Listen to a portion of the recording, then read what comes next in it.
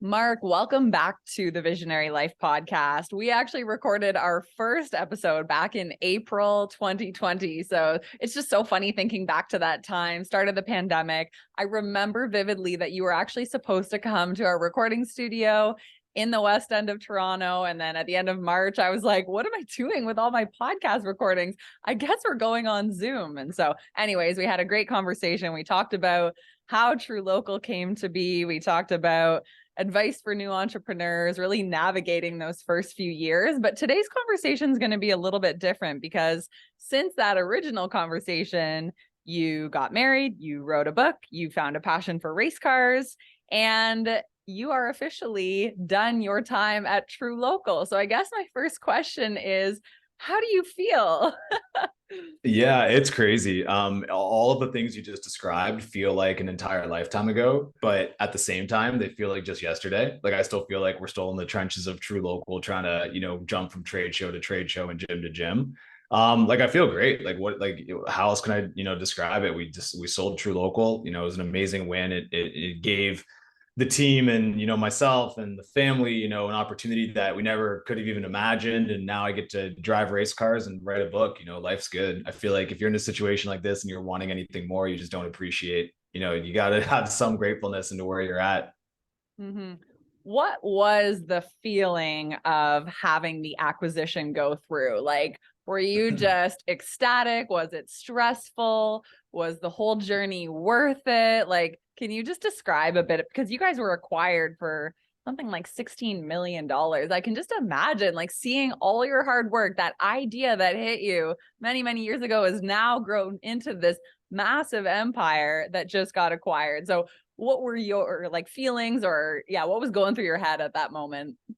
Yeah, it was a roller coaster. So like even just like you got to get some context on like how it all came about to understand the moment. We went through almost like 10 months of back and forth with the acquisition process, just from the moment that we were, soliciting LOIs from different acquirers all the way through to due diligence. And by the time it came down to like the last month, it was almost falling apart every single day. Like Wow. literally every single day was okay, we've done so much work to get to this point, and there could be an issue. Maybe it was exclusivity was expiring. So for people that are selling their companies, once you go through a process of saying yes, we're going to accept your term sheet or your LOI, or we're doing this, you typically enter this exclusivity period, which is really convenient for acquirers because it means that, okay, we're doing this, you can no longer shop this deal. It makes sense from the idea that they're about to spend, a couple $100,000 doing due diligence on the business. But from the founder and the business perspective, it's kind of like, okay, now we've given up all of our cards, all of the leverage, and that's where a lot of these deals fall apart. So we were getting near the end, and like every single day, it was like an argument. Every single day, it was this needed to be renegotiated, that needed to be renegotiated. And it wasn't that there was any bad blood during any of it. It was just the nature of so many documents need to get signed, so many pieces of data need to be sent over, so many approvals need to be dealt with. Even just getting all of the shareholders together to sign this over is this crazy thing. And of course, we were doing it over the holidays. So by the time we got to, I don't know, the 23rd, it was now, okay, this looks like it's going through, but we need bank signatures and we need the accountants to sign off on it. And we need all of these high ranking individuals, like even WW, right? So we had to deal with Weight Watchers, and just the way that the contract was set up, because we had a multi-year deal with Weight Watchers.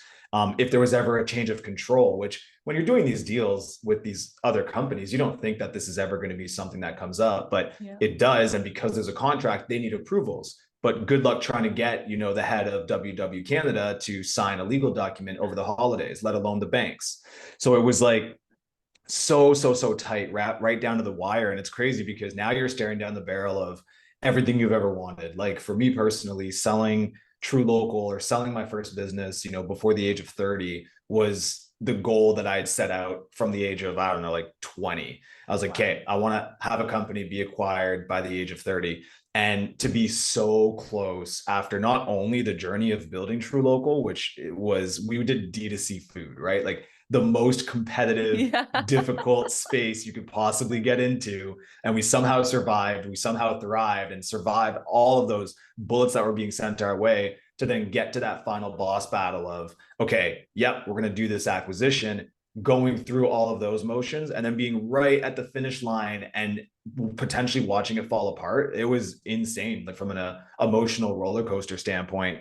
So I'll never forget, we finally, every day we're inching forward, inching forward, inching forward. And the deal had to close in 2020 because from our perspective, with what was happening with the pandemic, there were whispers that there was going to be changes in capital gains tax coming in 2021. Now that never happened, but the idea that they were going to raise capital gains, that would have had a huge impact on what everybody ended up taking home from the deal. So it was, we're doing this in 2020 or we're not doing it at all. And it got to the December 30th and we finally felt, we're like, okay, we feel good. We've got the signatures, we've got XYZ. And I get a call from our lawyers, and there was this one thing that we were missing. And it was like, we don't even, like, this might not happen. Like, this might, because this came down to the wire. So December 31st, we wake up and we're like, this is the day. Like, if it doesn't happen today, all of this has been for nothing. Or at the end of the day, we might be millionaires. So, like, what is this going to be? So it got to the point where the day, and you're not really talking directly with your acquirer at this point. It's your lawyers talking to their lawyers, kind of coming back to you. And 9 o'clock came around and me and Irma, so my wife Irma, we were like, had just gotten to the point where we're like, you know what, like, just like, screw it. Like, let's just go for dinner. Like, it's New Year's. Let's just go for dinner. Whatever happens, happens. We can deal with it after the fact, but let's just go because we don't know what's going on. And so we were in Vancouver at the time. And this is actually when because the pandemic was happening, they were shutting down restaurants at like some stupid hour and not serving booze. And we had to get our Uber driver was selling beers out of the back of his Uber. So that was awesome. Very entrepreneurial. Love that guy. Yeah. So we're at the restaurant and I get a text from my lawyer being like, yo, can you hop on a call in 30 minutes? So, me and Irma look at each other. We're all dressed up because we're like, you know what? Like, we don't even care. We're just going to have fun tonight. And of course we deeply cared. So we're like, okay, let's go back. And this could have been either we're selling the company, the deal's closing, or it's not happening. So we get back and we actually have the video of this, but we get back and we're in this like awesome apartment in Vancouver and it's 9 p.m. So like, or maybe 8 p.m. Vancouver time. So like 11 Eastern time, and the deal has to close in Eastern time. And the lawyer picks up the phone. We're on the phone. He's like, okay, I'm patching you in with, the CFO from the company.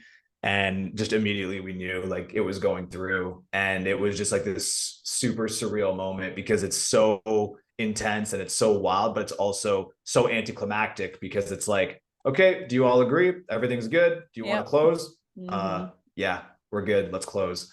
And then, okay, everyone have a great New Year's. And you hang up the phone and you're like a multimillionaire. And you're like, wait, what just happened? So it was like, it was so crazy, that moment, because so much had built up to it. And during that time, I didn't actually tell my mom. I didn't tell anybody. I think I told my best friend, Jordan.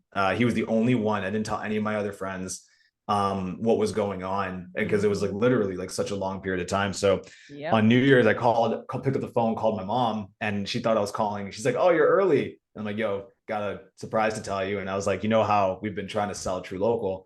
And she's like burst into tears. She's like, oh my God, like what happened? And didn't know the amount and all this. So it was just such an amazing experience. But to be honest, so that was like the actual moment, like living in the moment and what was going on that night. And it was just me and Irma, like literally it was just me and her in the apartment. And we were just kind of like, it was so emotional. It was so surreal, but it's crazy because people always ask, what came out of it? What was the overall feeling? And I think for me, I've been dreaming and fantasizing of that moment for so long. Like it was what I existed for. Like it was my purpose. It was everything we ever wanted was put into this moment. Just, we didn't come from a lot, and, financial freedom is a huge motivator for us. So it was like, I thought about that moment so many times and I felt so confident that we were going to get there that it wasn't like this big surprise. It wasn't like this, like, oh my God, like it was kind of almost just like, okay, it's about time. Like, okay, well, we knew it was going to happen. And now it's like, we had this confidence, like we just kind of lived up to the expectation that we had set for ourselves. But what did come out of it, the thing that I found the most valuable was that even though going through truLOCAL, like any founder, you got to have a certain level of confidence. There's different ways to showcase that and express that. But at the end of the day, you feel like you can do it better than other people. You feel like you're the one. You feel that you're able to rally a team. You feel that you're able to manage it. Like you have a certain ego and you have a certain level of confidence. But no matter how confident you are, deep down though, you still are kind of like, can we do it? Like deep down. And with truLOCAL, we were so against the grain. Like we did direct to consumer food with no VC funding. We were told that we were doing things wrong so many different times, but the things that we did always felt right. Like to me, they always felt like, okay, this is how we have to do it. It's all about the team, and it sounds cheesy and cliche, but we were the ones who did it with that narrative. A lot of businesses are like, well, we have the best customer service or we have the best team. And they either end up staying really, really small, or they're just giant corporations who say it, but don't live it. Like we are in that sweet spot of, we built an amazing team. We took care of our customers took care of us, and we made it happen. So the part of it that I think the acquisition made was that it was a validation that we were right. And it was like, so many times you look back, like I could have done this differently. I could have done that differently. But when you get that final win, you're like, nothing could have been done differently, and nothing should have been done differently. Like every single thing, even the mistakes you made along the way, they ended up leading you to exactly where you wanted to go. And that gives you this like last little tick of confidence you need to just trust your gut indefinitely for everything. And I think that's the power of chasing after like a giant goal. The money's awesome, not to get it twisted, and the experiences are great, but now like you unlock a part of yourself that if you didn't achieve something so great, you probably wouldn't have unlocked. And then it's the interesting journey of who do you become now with that new, that new personality trait or whatever it looks like. So yeah, it was a hell of an experience. I mean, there's so much that I could pick apart there, but a couple things that really jump out to me. I love, you said something around the fact that like when the acquisition happened, you just felt like, yeah, like I knew it was coming eventually. And it almost reminds me of how professional athletes like visualize their gold medal game, or people who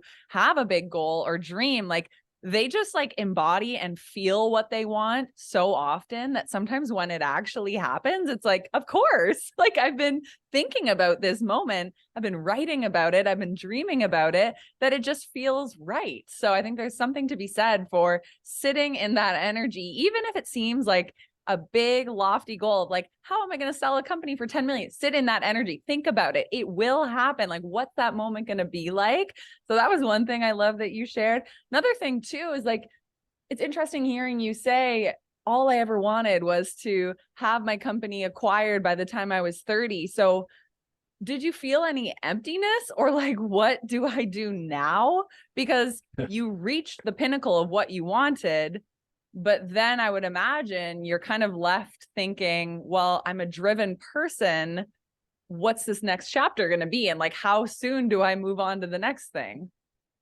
For sure. Like, I guess on the first point, I've been the number one person to say that founders are the professional athletes of the business world. And I think like that they don't get enough credit for that. When you look at an athlete, it's the exact same thing. A professional athlete is at that pinnacle. They're not just playing the game. They're not just playing the role, they're actually living that role. When you look at business, the ones that are out there building their businesses, the ones that have built revenue, built profit, built teams, what else do we call it? Like, you're the professional at doing that. So you're the pro athletes of the business world, in my opinion.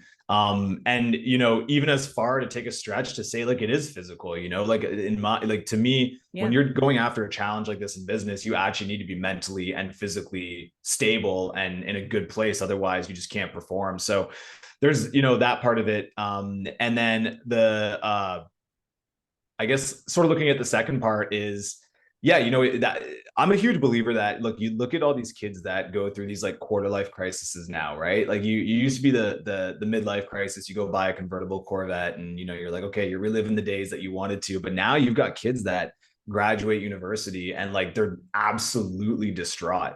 Like there's so much pressure. What am I supposed to be doing? Where am I supposed to be going? And part of it is just because for their entire lives, they've been told, what are you doing? What are you going to do? And then, which is ridiculous, because how can you ask someone who's lived 1/4 of their life what they want to do with their lives?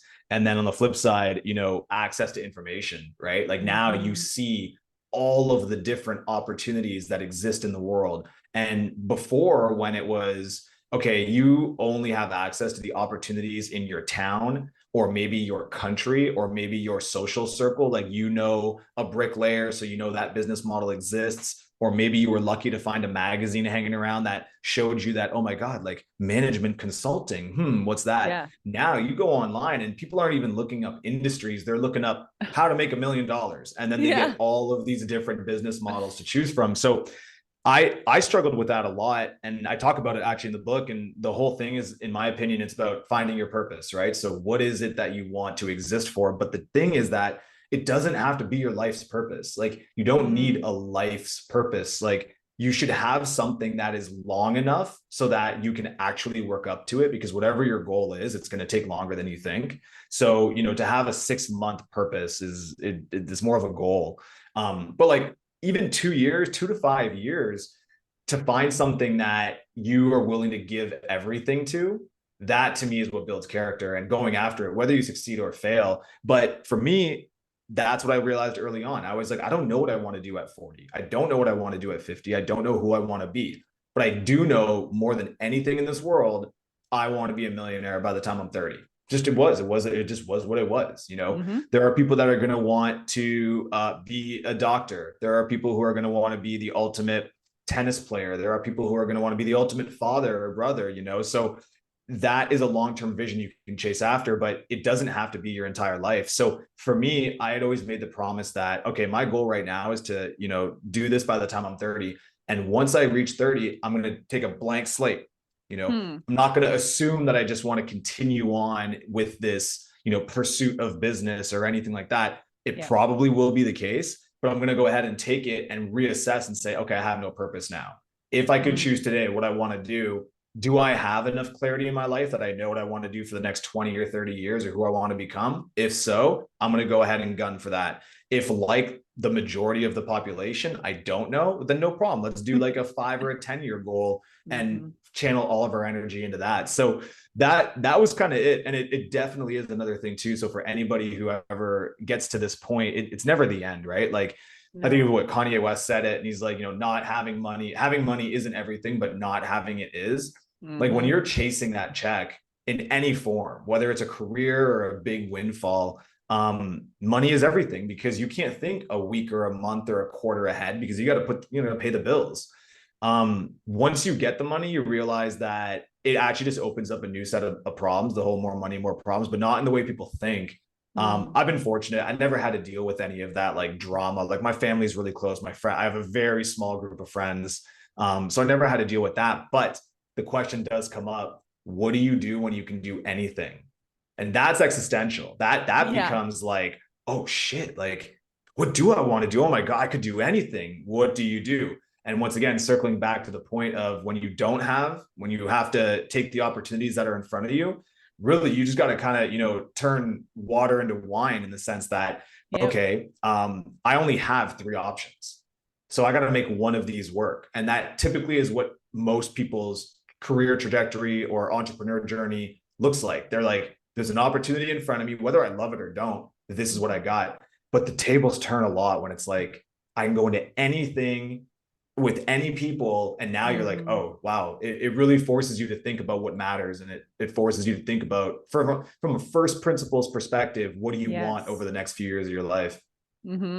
It's such an interesting, like, that could be a journaling prompt that everybody just sits down, takes 5 minutes. Like, what would I do if I could do anything? And it helps to just tap into a part of your brain that we don't normally give ourselves permission to, because there's always a to-do list in front of us. There's always these constraints, and they're usually imaginary. That's like, well, I just have to live in this house forever because I bought it. I just have to stay in my industry as an investment banker because that's what I went to school for. But it's like, no, like, we put those constraints around. And I know one of the things that you actually decided to embark on was writing a book, and you've kind of mentioned it a couple times, and I've read the first chapter, and there's so many like fun stories about your journey as a founder. And I love what you even said about needing to be physically strong as a founder and mentally strong. I talk about this a lot on the podcast. It's like, if I am strong in my mind and strong in my body, my business is usually very strong and performing. And you even have this story where one night in the middle of the night, you found out your freezers weren't working and you had to haul like hundreds and hundreds of boxes of meat. It's like you did need to be physically strong in that moment. So there's certainly some synergies between being strong physically and like running a successful ship. For sure. Like, I think once again, if you look at the idea of being a successful founder, you're talking like 5 years. Once again, there's outliers. Some people are very fortunate, or they just work really, really hard in a really, really smart way and they get to where they want to go in 1 or 2 years. But most of the time, if you're not ready to strap in for 5 years, you're in trouble. And the challenges that you deal with every single day that you can never forecast or never foresee, like you're just getting punched in the face every single day. So kind of came to the point where you need to be the best version of yourself to take these challenges on at the level in which you need to take them on, because you never forget, it's not even like you're just dealing with the forces that are trying to take your business down, which are a lot. Like and all of those forces are pointed towards you as a business, even though they're all separate, because they're all standing in your way, they're all channeled towards you. Then you've got the internal things to deal with. How do you manage the growth of the business, or the growth of the team with the growth of the business? And it forces you nonstop to kind of be on your toes and just be very, very, very mental. Like it's a huge strain mentally. Yeah. And what I've just found is that if I'm not feeling good physically, I don't feel like I can perform mentally. So that's where that came from. And then, yes, of course, like just literally, we're in a business that had warehousing. So we had to move all of these boxes. So that helped a lot of it as well. But that was a crazy, crazy time. And I know you recount a lot of these stories and the lessons learned in the book. So why don't you just tell us a little bit about why you decided to write a book and what truFounder is all about? Yeah, so super crazy story. I had no plans on ever writing a book. I never thought about it. It just wasn't something that was on my radar. I'm an avid note taker. I take a ridiculous amount of notes. And I actually have a funny story about the audiobook that actually Irma pointed out. But so long story short, after the company sold, I was going through my junk mail, and this is probably like February, and we sold the company in December. And there was like a message from Forbes. And of course, if you're doing things, you get all these like spammy Forbes messages all the time. Companies being like, we can get you listed in Forbes and this, that. So they just use Forbes as a tagline. But for whatever reason, whatever their subject was, I clicked on it and I saw that it actually came from a Forbes email. And it was, this person saying, hey, listen, I don't know if you know, but Forbes has a publishing division. We publish about 60 authors a year. You've got an interesting story. Why don't we have a conversation? So went through that whole process. And they convinced me, listen, this is a great opportunity. Yeah. And after kind of thinking about it, I was like, look, I've got 2 years that I'm under contract with truLOCAL to help oversee the transition, where I can't start something new. Yeah. This could be the thing that I get to sort of pour my energy into nights and weekends, that is just something new and tides the time sort of thing. Yeah. So, wrote the book, and ironically took about a year and a half, like to a year, maybe like 14 to 16 months, give or take. And most of that happened on the back half of it, because the first part, when it comes to writing a book, is the most difficult of what is this book? What even is this? Yeah. Like, what are we even doing? What are we writing? And of course, it started off where, let me just tell my story and let me just go ahead and explain, my life. Like at the end of the day, I was still like a 30-year-old Black founder who grew up with no money and somehow created this, meat empire in Canada. Right. So, okay, somewhat interesting, but it hit me really hard 2 ways. One, look, I'm 30. My story is nowhere near being done. If anything, truLOCAL was kind of the beginning. It was sort of the training wheels for where I want to go and what I want to do. So what am I doing trying to recount my story when we're still in like chapter 3 of 10? So that happened. And then as I was writing, I really wanted to resonate with, the younger me. So someone that's starting a business, really has given it their all. They're in the trenches. They're working with their friends or their early employees. And so I wanted to tie learnings into the stories that I was giving. But the problem was that every single story and every single lesson, and I think this happens with most people, I didn't realize the learnings at the time. I only realized why these things happened later on. And I just do not have the skills as a writer or a storyteller to somehow weave those in together. Yeah. So I'll be like telling a story about, how I was this like young fat kid in high school with no friends, but I found football, and, at the time it was the only thing I had, and blah, blah, blah. But how do I tie that back now to how important it is to have a purpose? I didn't know that back then. So scrap that completely. And then I was like, look, I'm just going to do a guide. Like, I want to do an actual tangible business book. I'm going to take all the things that I've learned that I think someone looking to build a company sub $20 million might need. And that's what it's going to be. And then it was, okay, I went back through my notes and was looking to see, okay, what are the interesting facts? Like, what are the things that I learned by doing that I think are contradictory to what you'll find on LinkedIn or find from a business coach? And that immediately made everything so much simpler, because it all just became the chapters of the book. So all these different learnings became chapters of the book, and the book became, every chapter was this like insight or this learning or this experience that helped me become a better founder. And a lot of it is counter to what is typically out there and what is being taught, by MBAs or whatever it might be. So once that came together, it became very obvious that this book was for first-time founders. Like that became so clear. And it was a struggle also, because as I was writing it initially, I was thinking about people I want to work with in the future. So people that I consider to be ahead of me. So whether that be private equity, whether that be venture capital, whether that be future founders, whether that be, anything that might be. Then I was thinking about my peers, like the people that I'm like, okay, I'm in the trenches with these types of people, other founders. And then I was thinking about the people that were looking up to what I've done and saying, okay, well, how did he do it? And you can't be everything to all those people, because the things that I'm saying to these people that I aspire to be one day is very different and much more complicated and detailed than the things that I would say to someone who's just looking to incorporate their company or looking to hire their first employees, which is also very different than the conversations that we have. Like, bro, yeah, you're telling me about these new HR rules or whatever to my peers, right? So it became really clear early on, why am I talking to the people that I want to do work with? I haven't experienced that yet. I'm not trying to impress them. And in terms of my peers, people that are already there, it's like, you know what, you're doing your thing and we're at the same level. I can't really coach or advise people that are at the same level as me. I can just share experiences. But what I could do is younger Mark, like 25-year-old Mark, giving it all up to go chase this business, that person, I know exactly what you're about to go through. I know exactly the things that you don't know exist yet. And here's how I dealt with them. So the book really became exclusive to first-time founders. And when I say first-time founders, it really ends up being anybody who hasn't gone through their first major win. Like if you haven't gone through your first acquisition, I don't care if you've gone through 4 businesses and now this is you're still a first-time founder in a good way. Like you're chasing that, you're hustling that dream, you're getting on the way to making it. And that's what ended up happening with the book. That's like all of it. And it's everything from the thing that I think, once again, like what is the most important thing a founder can have? I've seen it so many times. And, if you read the first chapter, it's like, well, I'm a CTO and I do this role, or I'm a CEO and all this stuff. It's like, man, listen, you're none of those. You're a problem solver. That's it. Like you're a professional problem solver. That's what you got to focus on. When it comes to, hiring people struggle with this all the time. When do I hire? Who do I hire? I read in this book, I should hire for 2 years, where I want to be. And that's horrible advice. Do not hire 2 years in advance, because you'll never get to that point if you hire people that are going to be operating at a level of where your business would be in 2 years rather than what you need today. So should you hire friends? Everyone says not to hire friends, but we had an amazing experience with that. So it's kind of sharing things like that, working with agencies, how to build a culture in an early stage startup.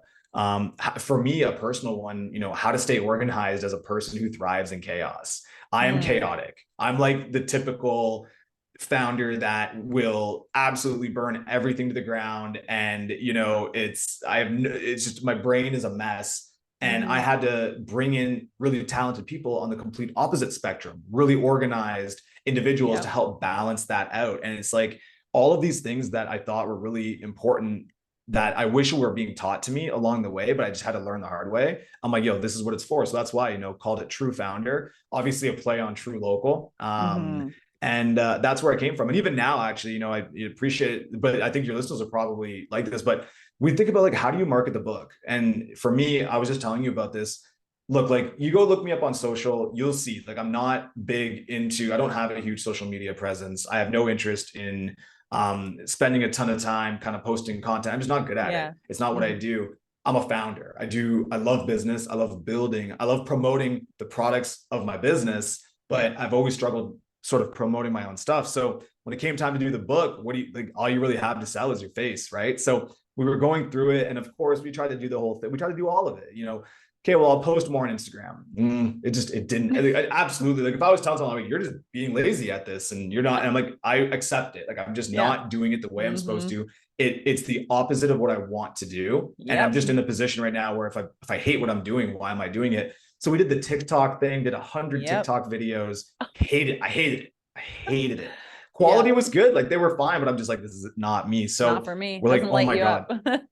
It doesn't light me up at all. It's actually even the opposite, because even with truLOCAL, like I always say, truLOCAL, the day-to-day doesn't light me up, but it was a purpose and it was for the greater good from what I wanted to achieve. So I did it. This like took from me. This was like, I'm taking parts of my soul. And so it's crazy. So of course the book comes out in a month, and we're like, how are we promoting this book? So I was like, well, look, why don't we do a giveaway? And I'm like, okay, giveaways are cringy, but they work really well. And I'm like, okay, well, why are giveaways cringy? And it's because they're so transactional and they're so cheap. Like they don't actually speak to, what is it? You give me this attention and I will give you this random product. So I was like, okay, there's something there in the sense of a giveaway creating excitement, but how can we do it where it's like really, really specific and it's just this good initiative? So we came up with like, why don't we do a big giveaway, like a real big grand prize? And we're like, okay, so what's it going to be? And I'm like, well, the book is for first-time founders. I'm a founder. So what do I want? Like, what would make me the happiest person in the world? And we went through all of it. We're like, oh, this like tech package, AirPods, MacBook Pro, maybe a vacation. And I'm like, that's all great stuff. Don't get it twisted. I would love that. But as a founder in the trenches, that's not helping me. And I was like, well, what I would want is I would want something that's actually going to help my business. And that's where the idea of the ultimate first-time founder giveaway came from, which is pretty much, we went and worked with some of the greatest agencies, everything from, Facebook, Google Ads, SEO, PR, video creation, and they've all put a credit together so that we could use that to promote the book. And it's a giveaway where if you submit a 2-minute video, then you have the ability to win, like, I think it's like $65,000 worth of agency credits to grow your business. So to me, it was like, that makes perfect sense. It's in line with the book. It's what the book is all about. And now if I was a founder, I'd be like, whoa, I can get almost $70,000 to help grow my business in agency credits. So that like all of that whole thing kind of just came together as this like unique experience of writing and then creating and promoting a book. And that's pretty much what's been taking up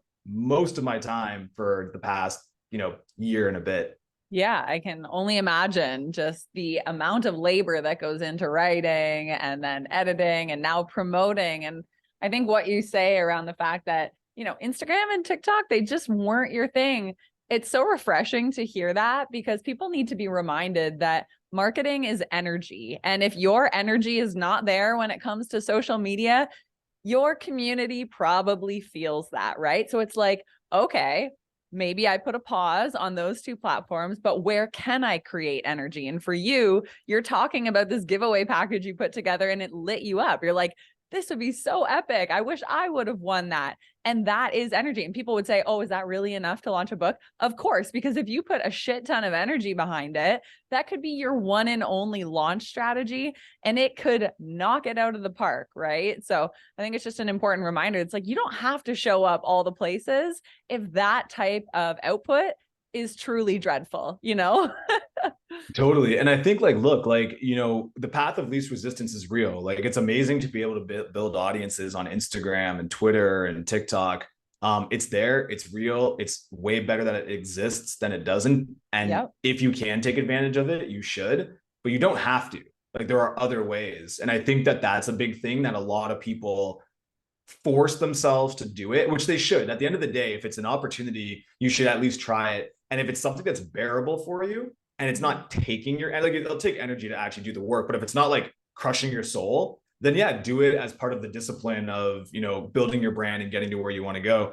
But it's also, there's other ways. Like, you don't have to do that just because it's the easiest and most normal way nowadays. And it took me, a year and a half to actually understand that. And that's after 5 years of building a company up to, 60 employees. Like, I thought I know marketing, don't stress about it. And even then, you're still learning, and it's just like, okay, I know marketing, but this Yeah. is something that it just didn't work for me. So yeah, we'll Mhm. see at the end of it, how it turns out. But it's interesting now, and there's so many crazy new things coming out and different ways to build these audiences. And I don't know, but I don't think that social media has the same power that it used to. Like, I Mhm. think that people are starting to realize that it probably is a bad thing that the single biggest social status symbol is, putting on, your grandma's underwear and eating a Tide Pod and going viral on TikTok. Like, that's almost like what everybody aspires to. And Oh like, that to me is kind God. of weird. Yeah. So I think Mhm. it's good that people are finding other ways to either connect with their audience or promote their products or build businesses. Mhm. Yeah. Mhm. Yeah. So interesting. The state of our world, a little bit It's scary. crazy. Yeah. So It really is. aside from writing the book and now promoting it, what else is lighting you up now that you're officially finished at truLOCAL? Is there something that you are investing time or money or energy in upgrading skill sets? Is it more personal stuff that you're working on right now? What is creating energy in Marc's life? Yeah. So like, if you want to talk about like, business is wild. Like, the world right now is crazy. I spent a year and a half going really deep down the Web3 rabbit hole. Oh, So, yes. forget speculative crypto and $500,000 NFTs, like more like trying to actually understand the technology and the use cases of it. I always tell people, I'm like, listen, the easiest way to understand it is that, the same way that internet is not email is not the internet, email is enabled by the internet, is very Yeah. similar to when you look at NFTs and Bitcoin and then blockchain. Hmm. So NFTs and Bitcoin are not blockchain. None of the cryptocurrencies are blockchain. They are just use cases that are enabled by the technology. And similarly, NFTs, this idea of a non-fungible token, is not a $500,000 monkey image. That is a use case for Yeah. NFTs, but there is way more powerful uses for that technology. And I get really excited about that stuff. So I would say, like, I've spent a lot of my time diving into there. Like, I literally am talking at Web3 conferences. Cool. And that's something that I really hope that my next thing involves some sort of Web3 tooling. So Yeah. that's exciting. Something I don't know a lot about, but obviously is mind boggling, is Chat GPT. I use it daily. Yeah. I Same. feel like yeah, luckily, once again, LinkedIn has been amazing. If you could spend one day on LinkedIn and become a moderate Chat GPT user, just from all the carousels that are going out there. Super exciting. I say I don't know a lot about it because I don't know anything about AI outside of using it. So I wouldn't consider myself being able to speak educated, but it's fundamentally changing everything, Mhm. like literally everything. And the whole idea is, people are saying that it's going to replace jobs and this and that. Well, yeah, but at the same time, the same way social media, like when I grew up in the age of social media managers, right? So in Yeah. 2015, 2016, we were on social media, so we knew how to use it, but businesses still hadn't figured it out. And Yep. we were like these rock stars, like, Yeah. you can make a Facebook page, right? And they're like, oh my God, mind blowing. And what does that mean? Did social media and paid advertising replace TV and replace all this? No, it didn't, but it definitely shifted the Yep. allocation of resources. So to me, it's like, yes, if you're a copywriter, you're probably in trouble, or you become the absolute best at using Chat GPT to do copywriting. So Yeah. instead of looking at it where it's like, oh my God, all these copywriters and journalists and newsletters and social media managers and marketing copywriters are going to get replaced, I don't think that's the case. I think the idea is that the fact that you have one person writing 4 articles a day, being a full-time job, I think you can probably keep your job if you're the person who now writes no articles, but you're the absolute best at Chat GPT prompts. And Yep. now you're coming up with 30 articles a day, 50, listicles, and 100 tweets by using Mhm. Chat GPT in the same amount of time. You're laughing. So I Yeah. think that's kind of what it is like, stop being scared of the tech. It's not going anywhere. You're screwed if you try to run from it. Just get good at using it. So Mhm. that's, super exciting. And I wish I could dedicate more time to it. Yeah. On the personal level, like what's giving me energy, like I'm driving race cars, Yeah. like I'm a race car driver now. So that's like, God, that's just the happiest I've ever been. And it's all, you just drive race cars. Where You do you can't do not be that? happy Because doing like that. in Ontario right now, it is crappy weather. Like, are you traveling the globe to do this, or does this happen somewhere locally? Yeah, not the globe, but definitely North America. Yeah. So crazy story. So I'll give you the quick background on how this all started. So I never had a car growing up. My mom, we just didn't have a whole lot of money. My mom always worked her ass off to give us everything, and we weren't broke or anything, but we didn't live in like a nice area of town. And my mom was always my biggest supporter and everything, but we just didn't have a car growing up. Hmm. And I just between high school and university became obsessed. I was a car guy. Like Yeah. I knew everything about every car. I'd watch every car review, I'd watch every car show, Top Gear, whatever it might be. Hmm. Fell in love with cars. And then I think that naturally, as you become obsessed over something, it just grows and grows and grows. Yeah. So became more than just wanting to own one. It became, oh my God, like I want to like race these things. Like I want to take this car that they claim to have all like everything from the horsepower to the traction control, all these different types of things, and I want to actually put them on the track and see how these things operate. So I'd always said that as soon as I ever had the means, I was going to make a real go at trying to drive race cars. So when the Hmm. company sold, I made a promise to myself that that summer I was going to go buy a car and I was going to go spend as much time at the track as possible. Like literally every possible opportunity I have to get behind the wheel, I'm going to take it. And then at the end of my first summer driving, if I was progressing faster than other people in their first year, because I was 31 at the time, and these kids are driving since they're like 9. So Yeah. like it's just such a huge curve. But if someone coming in their first year, if I'm going to progress faster than they normally would, then I'll go Yep. racing the next year. Cool. And so we did it. And the first year we were moving quick and moving well. And it's funny because I have a post where I'm like, it feels good to be an underdog again. But everyone at the track was like, yeah, you can race next year, but you should really do this like local club racing. Like that's your next level. And I was like, I don't think I'm going to develop fast enough doing that. So I'm like, I want to jump in, like, let me go into the deep end and go to the Yeah. regional racing here in Ontario, which is, a higher level racing. It's like pretty much your semi-pro kind of series. Anyway, did that this past year and we actually won the whole championship, which Wow. is like insane. Super excited about that. We had an underpower car too. And now this upcoming year, I'm actually gonna be racing in the pro series. So, which is the Cool. FEL series. So we race in Ontario and Quebec. We race at the Toronto Indy, which Hmm. anybody who loves racing loves the Toronto Indy. Anybody who lives downtown Toronto hates the Toronto Indy because that's the one where they shut down the streets. So I love it. It's awesome. Like I'm driving, this past year I drove a 2004 BMW M3. Now I'm Cool. driving a factory built Mercedes AMG GT4 race car. Like it's sick. Like This it's is like going amazing. right So over my head, by the way, but I'm I know, hoping I the know. listeners are like, yeah, I know that car. That's what I'm always just like, I know that there are some people out there who are just like, I get it. Long story Yeah. short, they're really cool race cars. And yes, I in the winter we'll go down to Florida, to Texas to do testing Cool. because we can't do a whole lot here.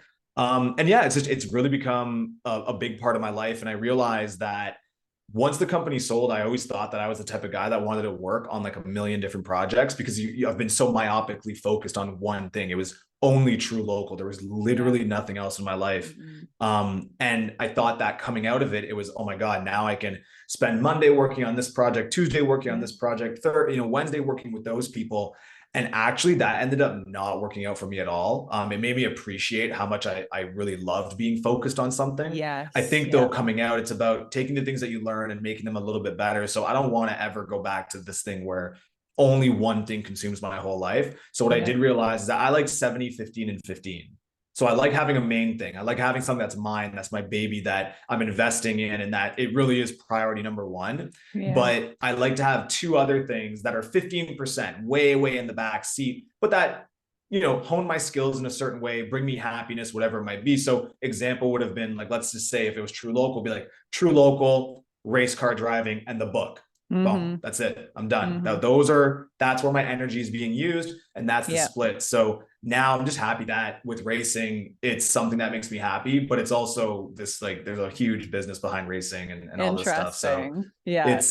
it's been pretty interesting for sure. So you don't know anything about cars, but I'll have you come out to one of the races and we'll show you how this side lives. That's perfect. Yeah. If we want to talk bikes, I could talk all day, like cycling, but cars, I'm like, oh, I really need to brush up. But it's so cool to hear you talk about these new hobbies and projects that you're working on, and the fact that, it's not over when your company gets acquired. Like there's still so much in you that is lit up and that you're excited for. And Congratulations on the book. I'm excited to read from start to finish. The first chapter was engaging. I got through it very quickly. I loved the stories you were telling. So if the listeners want to get a copy of True Founder, tell us all the places that we can find it, and also just where to connect with you as an individual and to follow along where you're going to be in the next few years.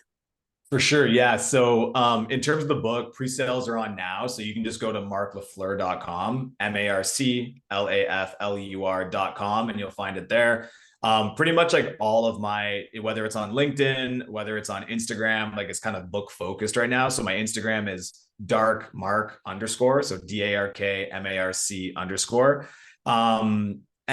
Yeah, like honestly, I'm super excited, like really excited to be connecting with people in general. Obviously, the community of exited Canadian founders is fairly small in the grand scheme of things. And when I was building truLOCAL, I reached out to so many people just to be like, listen, man, like I'm in the trenches. Like, just what did you do in this scenario? Or what do you think? And I was surprising how many people responded. So I love to just let anybody know that if anybody's out there doing this type of thing, please reach out, because I've probably been through what you're going through and would be happy to share experiences. So yeah, you can hit me on LinkedIn, Instagram, my website, whatever works. But yeah, you can catch me. A very generous offer. Thank you so much, Marc, for your time. And we are so excited to read the book and wish you all of the success as you continue on this new chapter. So thanks again for being here, and we hope you have the best rest of your week. Hey, thanks for having me, Kelsey.